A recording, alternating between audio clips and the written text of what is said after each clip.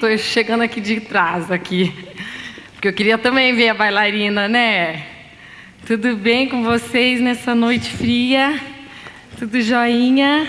Oi, obrigada pela visita de vocês.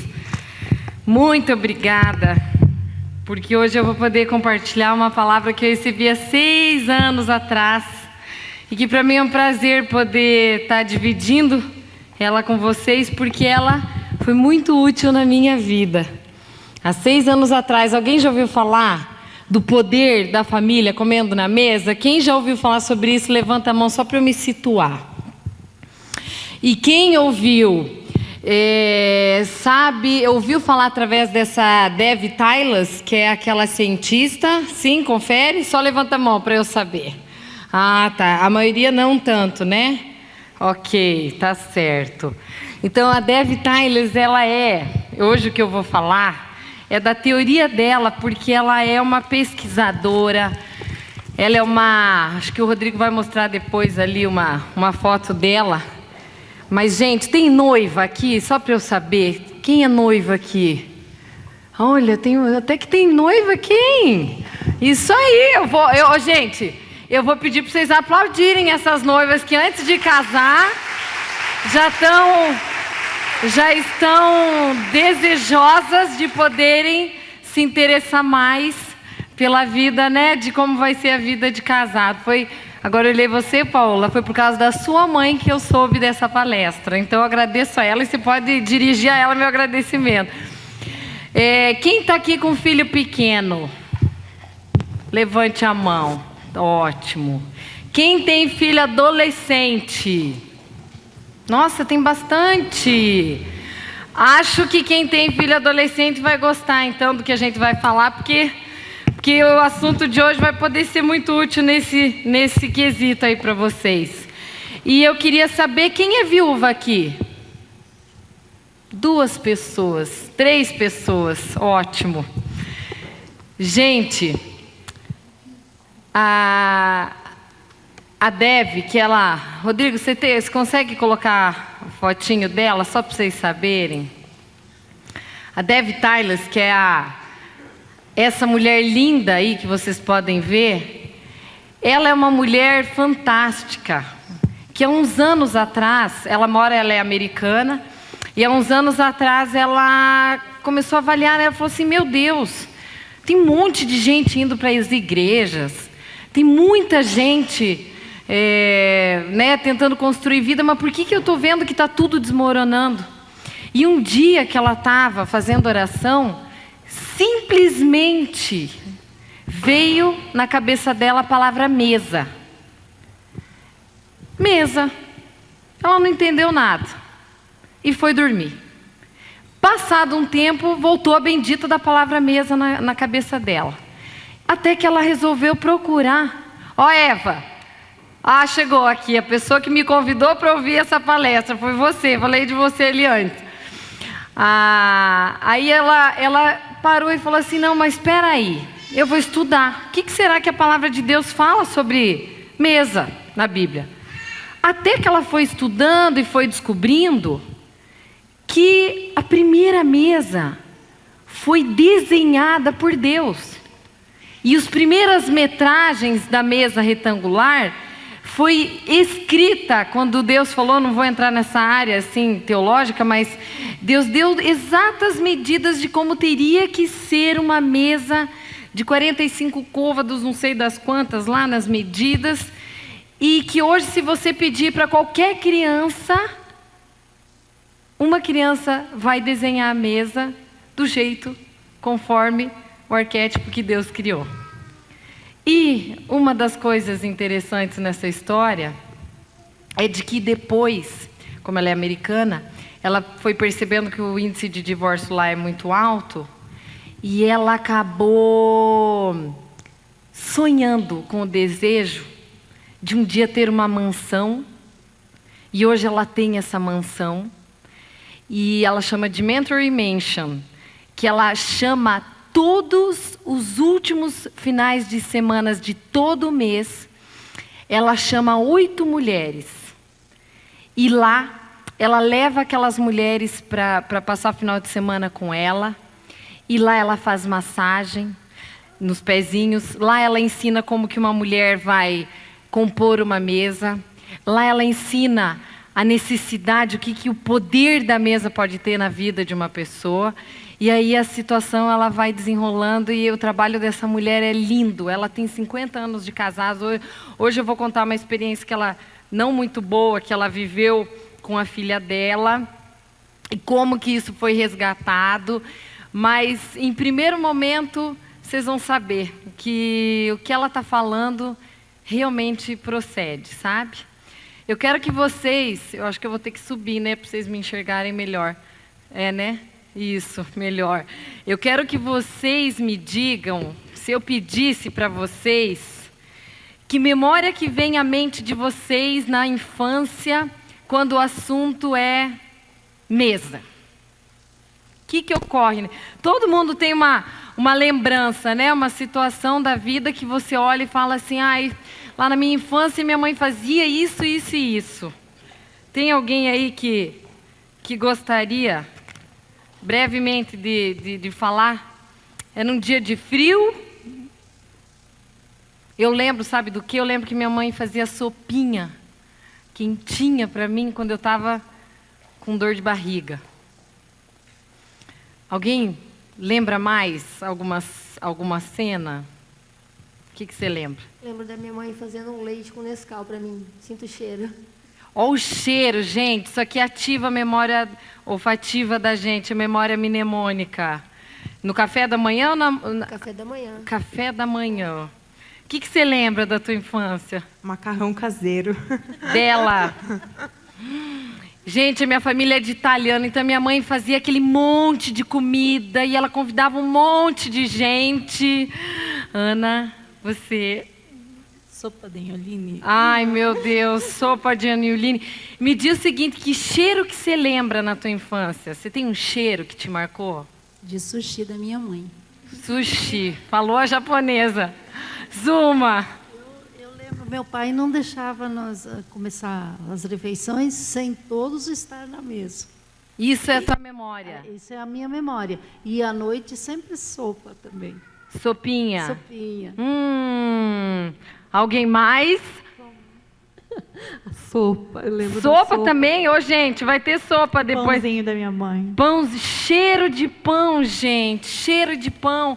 Eu lembro daquele cheiro de pão caseiro. Não tem preço isso daí. Né? Ali, ó, a dona da Portal aqui, ó. Pode falar o mesmo, né? Então, você sabe que realmente todos nós temos um registro na memória que faz com que a gente lembre o valor que uma mesa tem, sabe? Eu levo, pode deixar, obrigada. Eu queria começar dizendo para vocês assim, que a primeira questão que a gente precisa lembrar quando o assunto é mesa, é que mesa é um lugar de aconchego, não é? Agora eu pergunto, como será que está a nossa geração, gente? Filho comendo na escola, graças a Deus que tem, pelo menos, quem realmente não pode, né, acaba tendo a necessidade de deixar.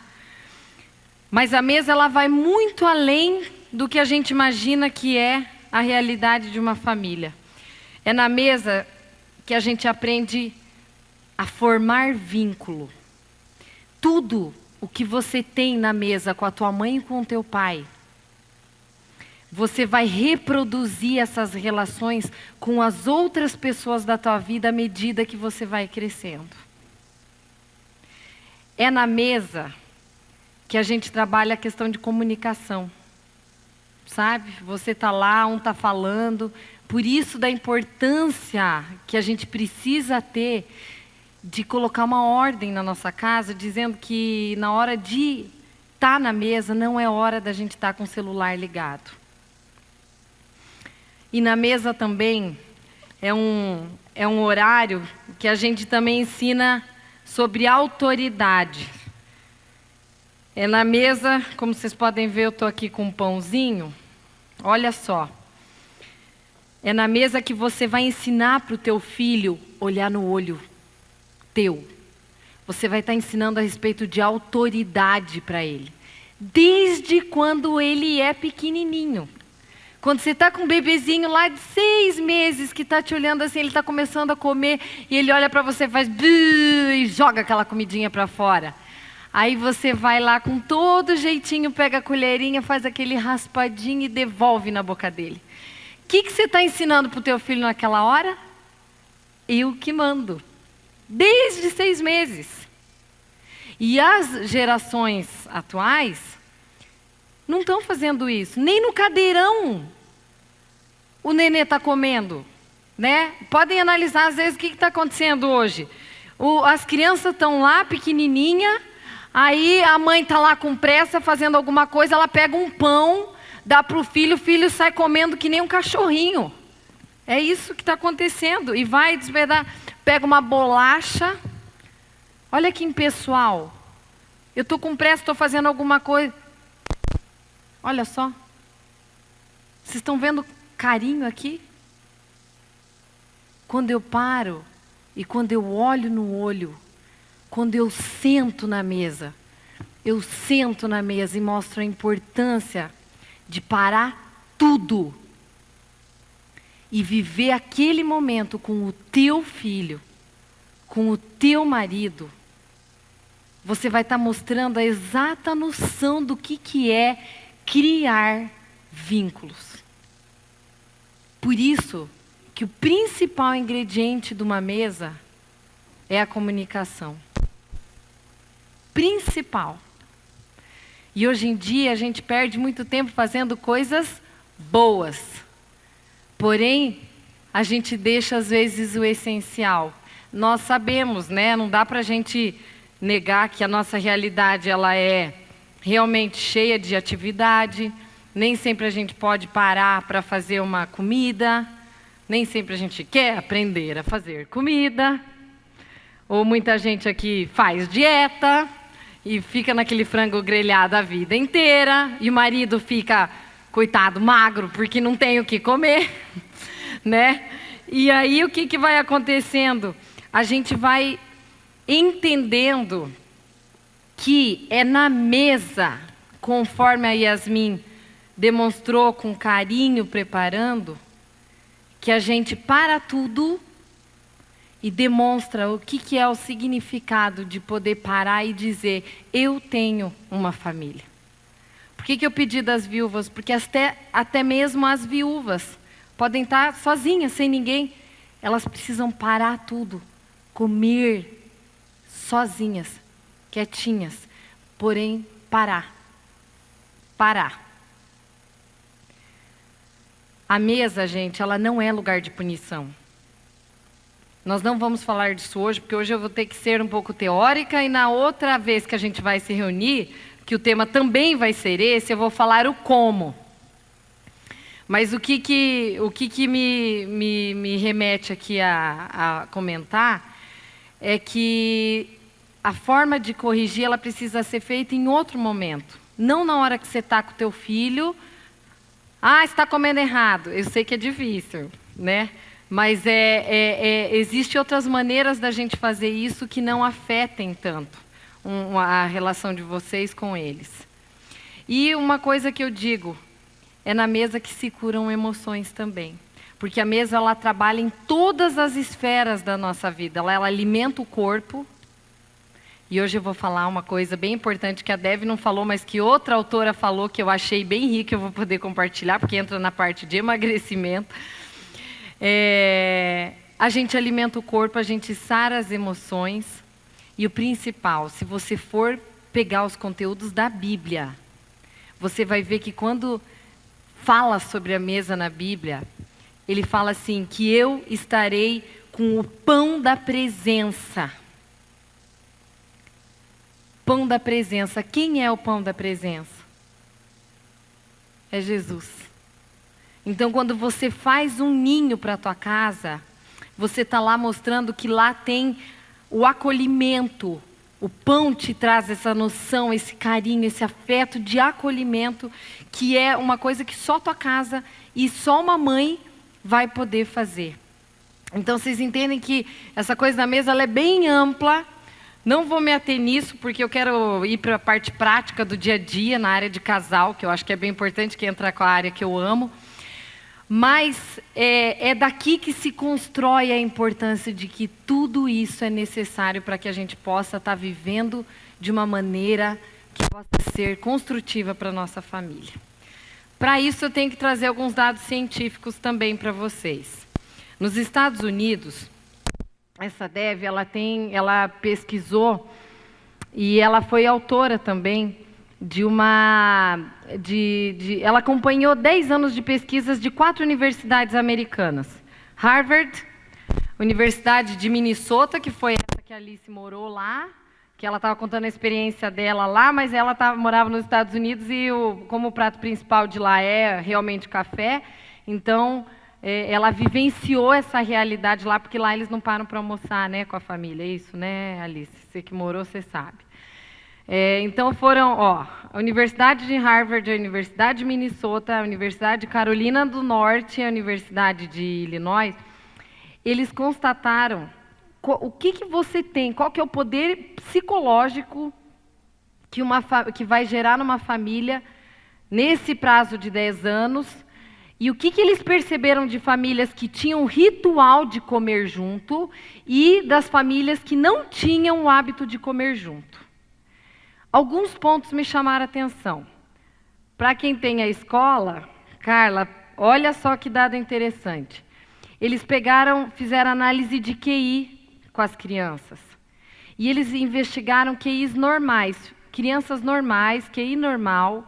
Só que as mães que tinham por hábito parar tudo para ter um momento de família que a gente presta atenção na comida, eles excediam as notas e eles aumentavam o grau de segurança pessoal para lidar com as adversidades da vida. O que eles constataram naquele grupo de pessoas que não tinham rituais de almoçar ou jantar ou tomar café junto? Eles descobriram que lá tinha algumas pessoas que eram de mentes brilhantes, de QI mais elevado. Só que, curiosamente, os que não paravam para comer junto, eles eram crianças menos focadas, menos concentradas, mais distraídas e chegavam até ter quase que um diagnóstico de déficit de atenção. Isso eu estou falando baseado exatamente nessa situação de falar a respeito de aprendizagem. Outra coisa que eles perceberam, não souberam explicar, mas eles perceberam que em famílias onde tem mães que comem junto com seus filhos, os homens são menos folgados. Quem tem filho homem aqui, por favor, acho que é uma boa forma para a gente poder, né, avaliar ali, porque eu acho que essa é uma questão interessante da gente considerar. A outra coisa foi que eles perceberam que os adolescentes ficavam menos tempo fazendo coisas inúteis e eles tinham menos relações sexuais na época da adolescência. E, gente, isso faz todo sentido. Vocês querem ver por quê? Aí, claro, investigaram lá que era menos índice de violência familiar, menos drogas, menos um monte de coisa. Mas eu vou explicar uma coisa aqui dentro da neurociência que eu acho que vale a pena vocês entenderem isso daí. Aqui no meio do cérebro, aqui é bem o centro do cérebro, tá? No centro do cérebro forma o sistema límbico. Tem o sistema límbico, que é do tamanho de uma noz, assim. E é ele que controla várias coisas da nossa vida. Uma delas é apetite, é sono, ciclo do sono, ela controla irritabilidade, controla o humor. E é nesse sistema límbico que ele faz o registro de atração que você tem por um homem e faz o registro de depressão.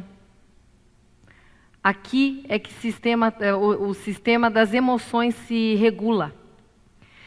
E aí o que eles investigaram? Que quando esse sistema límbico está problemático, a primeira área que vai desregular são todas essas daí. A pessoa passa a comer mais, ela dorme menos porque ela fica preocupada, ela tem mais índice de depressão, ela tem todos esses registros de desordem que são sinalizadores de que algo não está bem com você.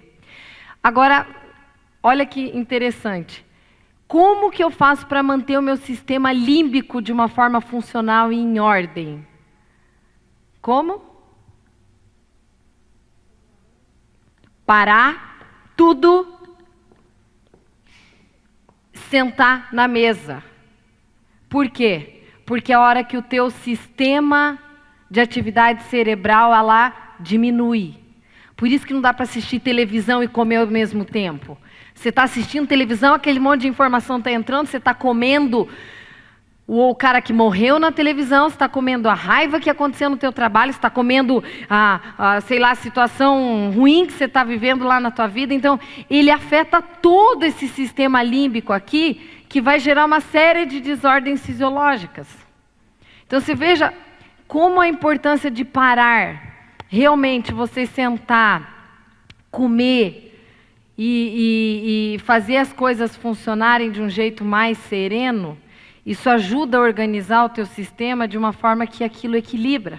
Porque realmente envolve padrão de emoções, envolve aconchego, envolve toda essa questão de necessidades que a gente precisa ter quando o assunto é família, marido e filhos.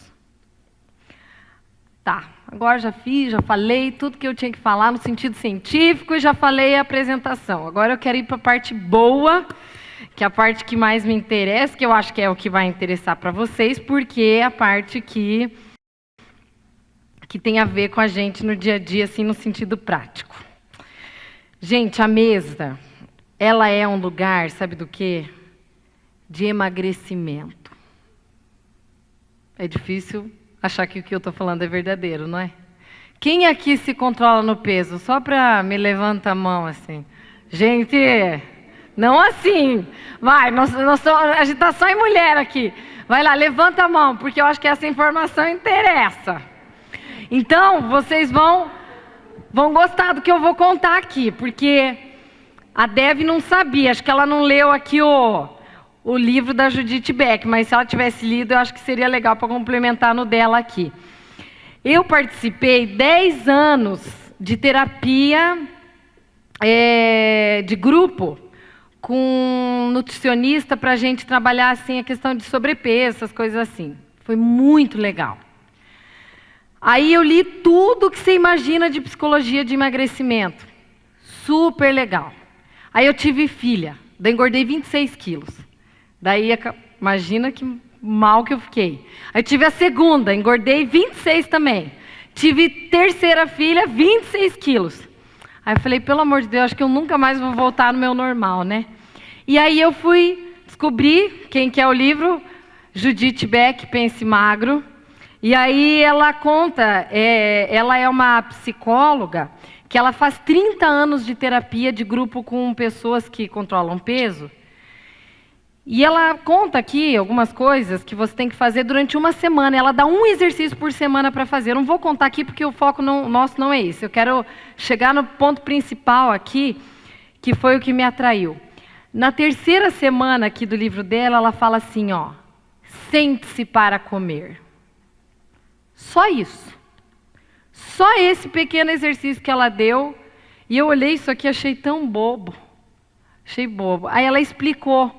Gente, quem não senta para comer, come 30% a mais e não percebe. Aí eu falei, ai, será? Porque eu já vou lendo meio duvidando, né? Aí como é que eu fiz o negócio? Eu anotei, comecei a fazer teste. Eu não vou falar o que eu comi, porque vocês vão achar que eu sou comilona aqui. Por exemplo, eu fiz o teste para comprovar e não é que era verdade. Você vai lá fazer um sanduíche... Aí você pega aquele sanduíche, você está fazendo sanduíche, aí tem o presuntinho do lado, você começa a comer o presuntinho, mas você está fazendo outro presunto aqui no sanduíche. Você não se dá conta, você achou que você só comeu o sanduíche, mas você meteu o outro na boca, sabe? Você está comendo em pé. E teve uma época que eu estava mudando a mesa lá da minha cozinha, e você não se toca. Quando você percebe, você come a mais sem perceber. E ela comenta aqui, eu vou mostrar para vocês, ela fala aqui, ó. Você precisa necessariamente se tornar mais consciente de algumas coisas que você faz enquanto você come em pé. Ela fala assim, ó, ao comer em pé você pode sentir-se fisicamente tão satisfeito quanto se estivesse sentado, mas psicologicamente isso não acontece.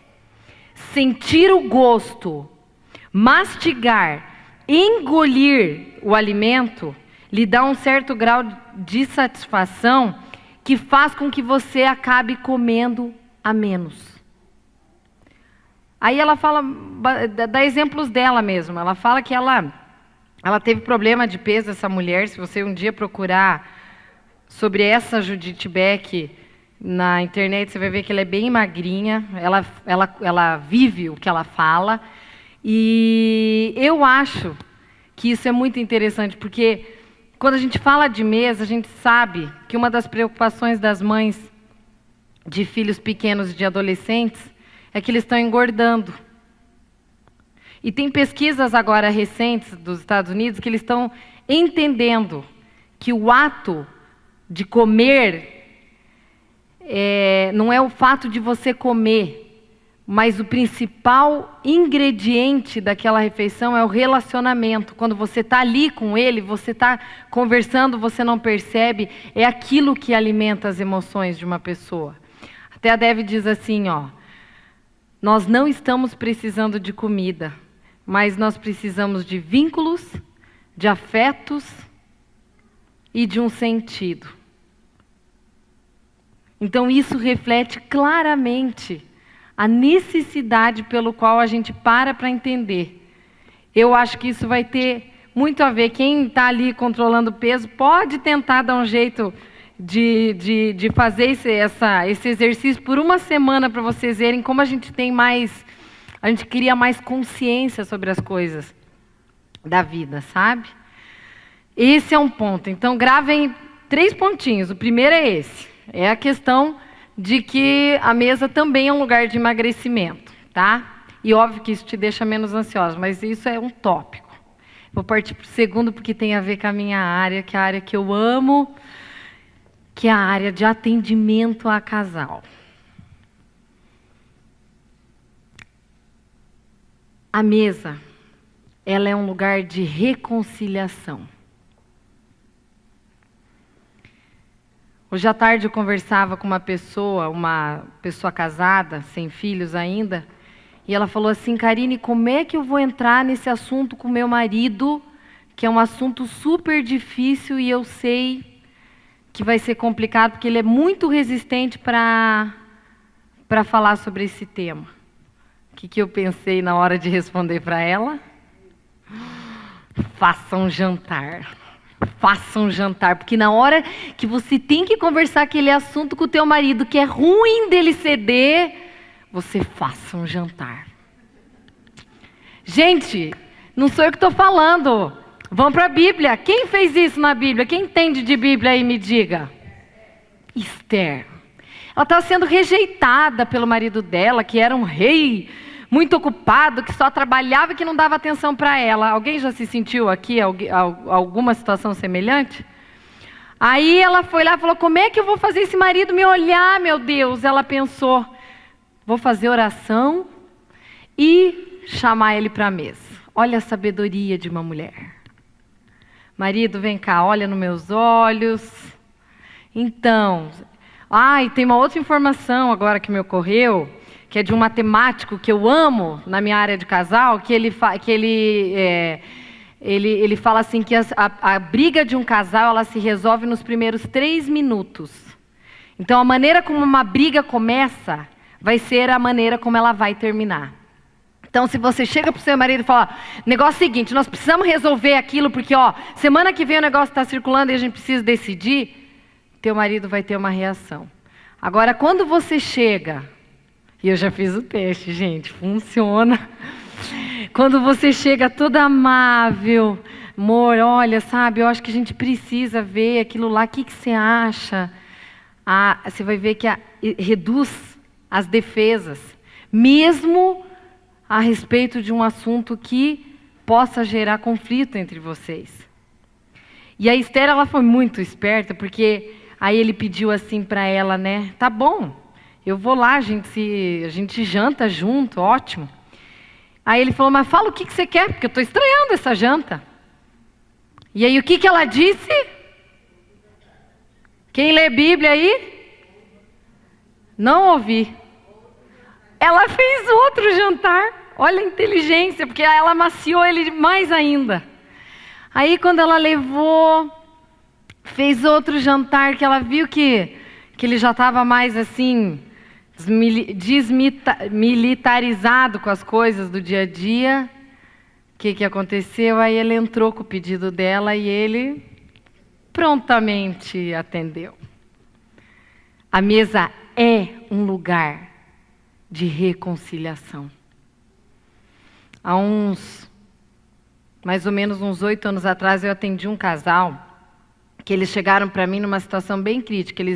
A queixa principal deles era assim, olha, nós já decidimos, nós dois aqui estamos em comum acordo que nós vamos nos separar. Nós temos 3 filhos e nós estamos aqui somente para você nos ensinar como é que nós vamos comunicar aquelas três crianças.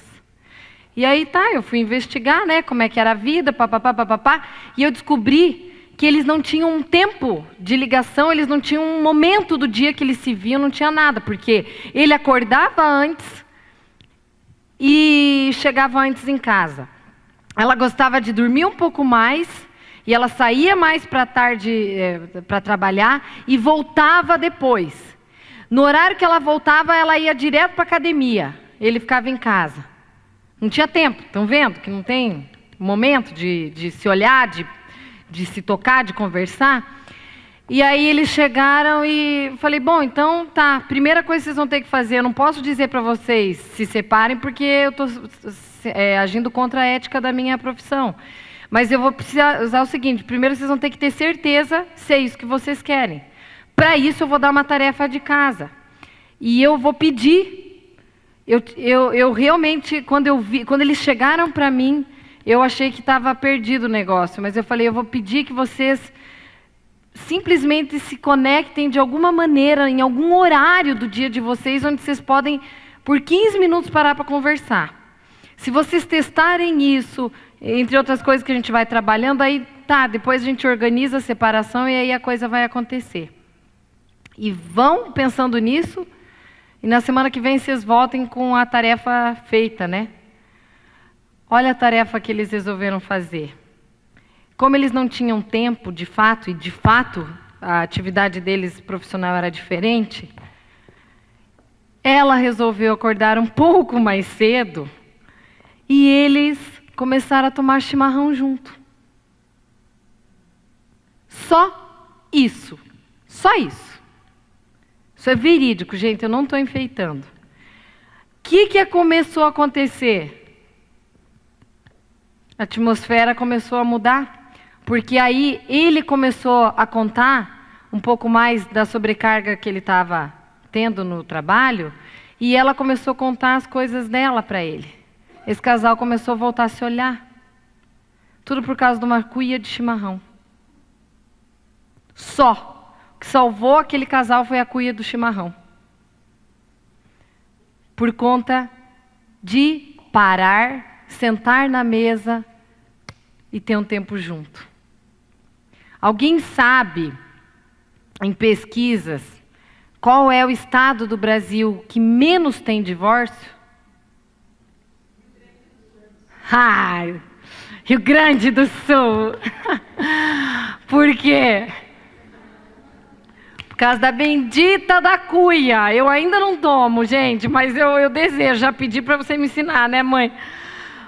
Gente, realmente, Rio Grande do Sul ainda, tomara que continue, mas aqui em Cascavel a gente tem muito hábito disso, né? Das famílias se reunirem para tomar chimarrão. Eu desejaria fazer isso com as minhas amigas aqui. Qual que é o estado do Brasil que mais tem índice de divórcio?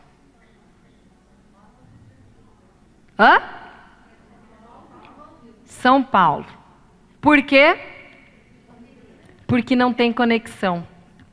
Simplesmente porque não tem conexão. Eu vou contar para vocês, cadê aqui o livro? Eu quero contar para vocês a história. Eu vou ler brevemente porque ela é bem curtinha. Mas foi uma coisa que aconteceu com a filha da Dev. Que ela disse assim que há anos atrás o genro dela pediu divórcio para a filha. E eles tinham 4 filhos. 4. E aí olha o comentário que ela fez. E ele realmente, foi embora e ficou nessa. Aí olha o que ela disse aqui, ó. Gente, numa análise superficial, a vida da minha filha era ótima. Eles pareciam um modelo de família. O pai trabalhava duro. Gente, prestem atenção nos detalhes, que vocês vão ver o processo de como a coisa foi se esfriando e o que aconteceu.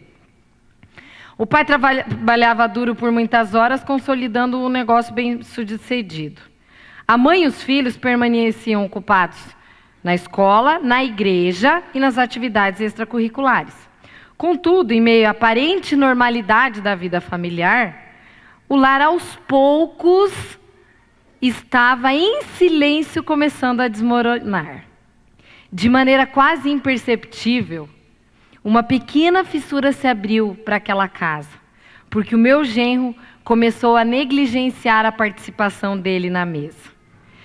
Cuidar dos negócios se tornou mais importante do que estar em casa para jantar com a família. E quando ele conseguia jantar ou fazer outra refeição junto, a sua presença era bem distante, cada vez menos sincera. Logo ele parou de comer e assim se afastou, enfim, o caos aconteceu naquela casa. Olha que legal a reação da filha. Muita gente tentou fazer esse marido voltar, mas ele estava fechado emocionalmente. Depois de um tempo, ele começou a sentir falta do tempo de comer junto. E aí as amigas da filha dela vieram pedir, viu? Mas o teu marido fez essa sacanagem com você, você está deixando ele voltar para casa e ainda jantar com vocês, abandonou 4 filhos, e você ainda está sendo boazinha? Olha a resposta dela. Eu permitiria que um estranho comesse na minha casa. E também eu deixaria um inimigo comer comigo.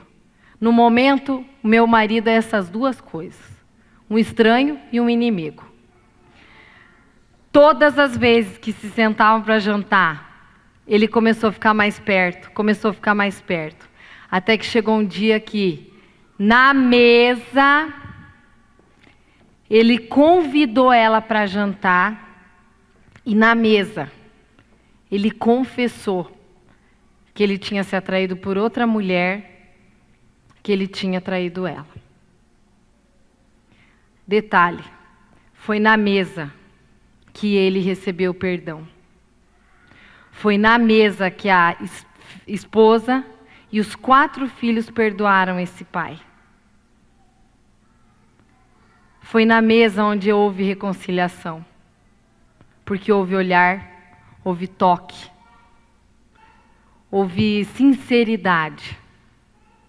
E a Bíblia, ela fala um versículo lindo, que ela diz assim, fala os benefícios. Vou ler um versículo só, o benefício em Salmos aqui, 128. Olha só que interessante, gente. Aqui fala os benefícios de quem busca a Deus.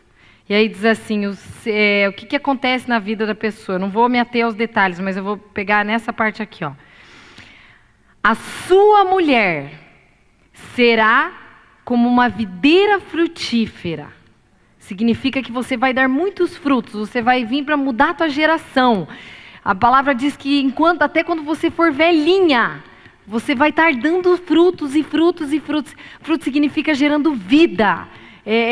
Sair dessa vida mediana, sabe? Que a gente vive, que achar que vida é viver só os nossos sonhos e achar que aquilo se resume a viver a vida. E olha só. E os seus filhos serão como brotos de oliveira ao redor da sua mesa? Agora, pergunto. Seus filhos serão como brotos da oliveira ao redor da mesa do vizinho? Seus filhos serão como broto da mesa ao redor da mesa da escola? É importante, se é necessário, quando você está numa socialização. Só que aqui está dizendo que a mulher que busca a Deus, ela vai ter os filhos dela comendo ao redor da mesa dela. E ela vai fazer aquilo com satisfação. E a parte mais importante, a gente está indo para o final, mas eu confesso que essa é a parte que mais, essa que eu vou falar, é a parte que mais me chama a atenção, sabe? Vocês não vão se atrair por isso que eu vou ler, mas depois eu vou explicar o significado. Olha o que está escrito aqui, ó. Salmo 23 diz assim, Deus falando, tá? Preparas uma mesa para mim na presença dos meus adversários. Alguém se interessou por essa frase? Quando eu li, eu não me interessei. Sabe o que ela significa? Eu vou dizer. Qual é? Prestem bem atenção que para mim isso foi uma das coisas que mexeram comigo quando eu li sobre isso. Qual é a hora mais importante do dia do teu filho? Quem dá mais? Qual é? Podem chutar, sem compromisso aqui, com a resposta certa. Na hora do café? Tá. Na hora que ele levanta? Jaque? Na hora do almoço? Quem mais? Quem falou isso? Falou certo. A hora que o teu filho, não que as outras horas não são, a hora que o teu filho chegou em casa da escola, é a hora mais necessária que você tem que estar disponível para ele. Sabe por quê? Porque é o que está escrito aqui em Salmos. Preparas uma mesa para mim, eu preciso receber acolhimento, porque Deus está te acolhendo numa hora de adversidade.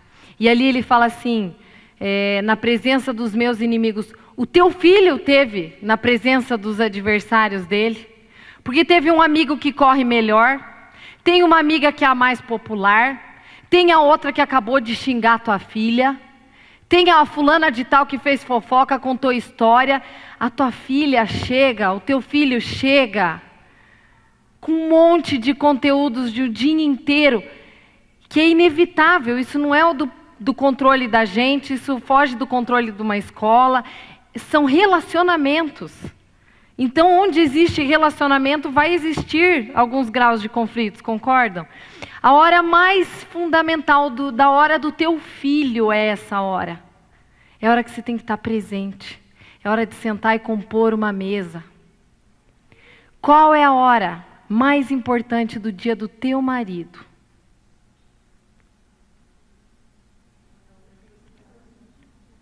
Olha a resposta da Alice, gente. É a hora que vai dormir. Também, né, Alice? Também. Concordo com você. Exatamente, a hora que vai dormir que rola um clima, né?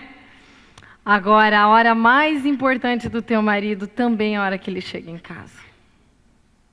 Porque lá ele engoliu o leão. Teu marido chegou cansado. Teu marido está preocupado porque ele tem que pagar as contas e tem que prover tua casa. Teu marido foi desafiado ou tem problemas no trabalho. Lá fora ele tem que ser forte.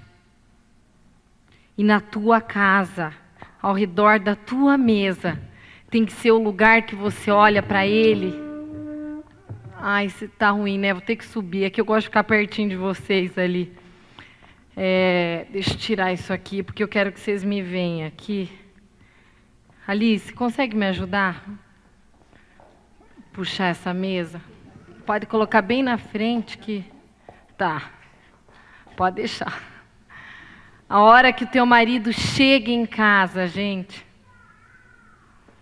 é a hora que ele precisa de que você pare tudo, olhe para ele, sente na mesa, estenda uma toalha, olha para ele e diz assim: como é que foi teu dia? Eu quero saber. E o que muitas vezes nas nossas famílias, o que eles encontram? Eles encontram uma família que chega, o forno está frio, a cozinha gelada, teu marido encontra uma casa cheirando a limpeza, porque você às vezes fica mais preocupado com a limpeza que a tua tata faz, do que com o pão que você pode servir para a tua família. Se não dá tempo, a vida é corrida, passa na panificadora, leva lá um pão com presunto e queijo. É a hora que se precisa parar tudo. Qual que é a hora mais importante do teu dia? Essa é a hora. Essa é a hora que você precisa parar, olhar, de ter que estar no olhar. Gente, sempre na hora de comer junto, as crianças trazem os conteúdos da escola. Mesmo o filhinho mais quietinho, pelo olhar dele você percebe quando ele está chateado. Essa semana, é na mesa que eu comecei a perceber, por exemplo, a semana passada, que eu tinha uma filha que falava mais que as outras. Aí eu e o Adriano combinamos, vamos deixar ela meio assim, para fazer com que as outras possam expressar mais as suas ideias. E é na mesa que você percebe isso, porque você não vai perceber isso levando eles para a escola. Você não vai perceber isso na hora de dormir, porque você tem que dormir, porque amanhã tem escola e tem trabalho. É na hora da mesa que você para tudo. E entenda que a tua casa precisa do teu calor. Traga, se você não sabe fazer pão, traga o pão cheiroso. É a hora que você olha para ele, para o teu marido, e você fala assim: querido, nós estamos com um problema, mas nós vamos passar isso junto. Nós estamos com dificuldade, eu e você vamos construir uma história de quem lutou e que a gente vai conseguir.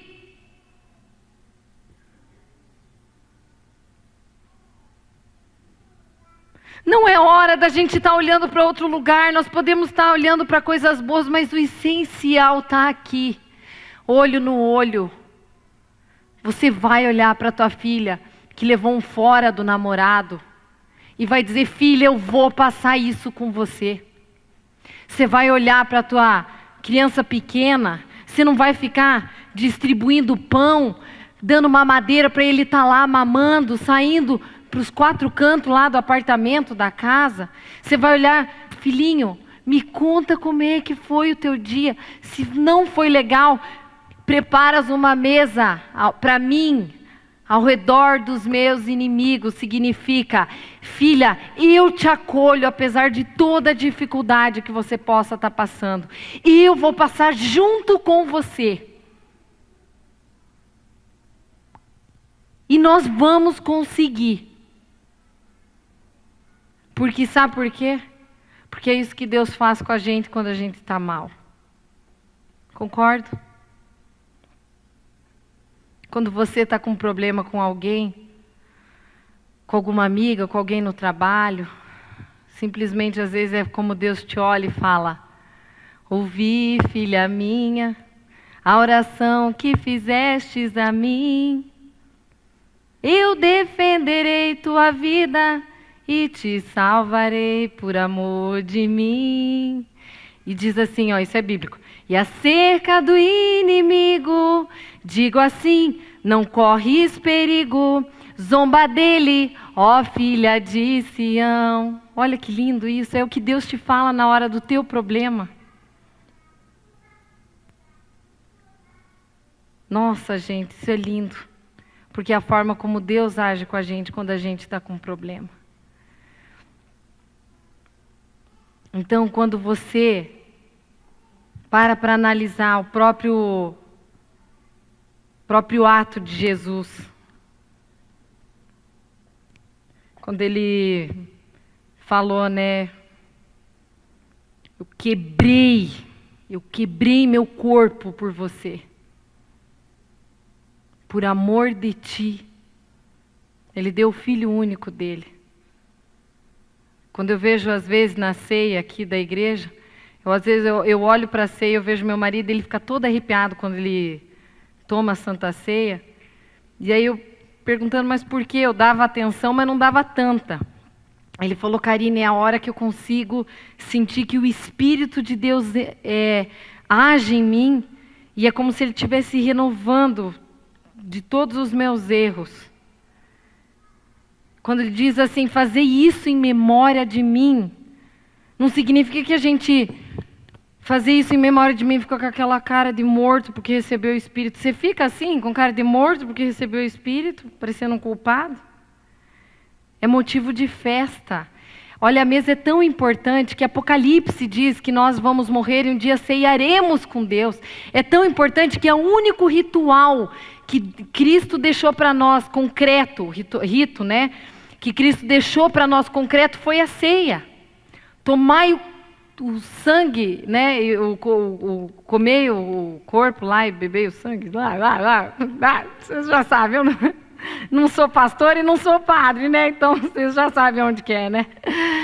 Então, entendam o processo. A mesa, ela é um lugar para que o pão da presença habite na tua casa. Nós estamos encerrando esse momento. Como eu falei, hoje eu falei da teoria, não deu nem 10% para eu falar toda a riqueza do que esse livro aqui nos traz de ensinamento, sabe? Porém, mês que vem, eu vou estar falando como, porque hoje eu falei a teoria. Mês que vem eu vou falar no como é que a gente faz isso na prática, como se corrige um filho quando ele faz tristeza na mesa, né? Quem deve ocupar o lugar de honra? Sabia que nós tem alguém que tem que ocupar o lugar de honra na nossa casa? Ou está tudo trocado? Isso é questão de ordem. Quem que é? O que a Bíblia diz lá? O trono de Deus. Quem está sentado à direita do trono? Jesus. Lugar de honra. Né? Eu vou falar bastante no mês que vem, dicas que a Dev fala, do que você pergunta, de como que você faz. São coisas bem práticas, só coisa prática, mas é coisa assim que vocês vão ver que são coisas muito legais e fogem daquela coisa tradicional que a gente conhece assim, de teoria, sabe? Mas o que eu quero que vocês levem dessa noite é que é na casa, é na mesa, olhando no olho que você mostra autoridade. É no olho que tem uma ordem dentro de uma casa. É no olho do olho que você conhece a expressão do teu filho. Que eles estarão ao redor da tua mesa e você aconchegará depois de um dia que não foi legal para eles, ou dia que você possa compartilhar a alegria do coração deles com alguma vitória que eles possam ter tido. Preparas uma mesa ao redor dos meus inimigos. Quem faz isso é a mulher, porque aconchega. Gente, eu fiquei sabendo que tem uma pessoa que está de aniversário hoje aqui, e que é uma pessoa chamada Nilzete, é isso? Chegou no meu ouvido, é verdade que tem alguém que está de aniversário? Nilzete, no dia do seu aniversário, você escolheu nos honrar com a sua presença aqui que hoje é um dia especial. Então, semana que vem é meu aniversário e eu escolhi hoje trazer um presente para alguém que eu não sabia quem, quando a Lu me avisou que ia ter alguém ali que estava de aniversário. Então, eu quero dar esse presente, esse livro para você. Quero que você venha aqui na frente para que você possa receber e que você possa fazer uso na sua casa. Vamos dar uma salva de palmas para ela?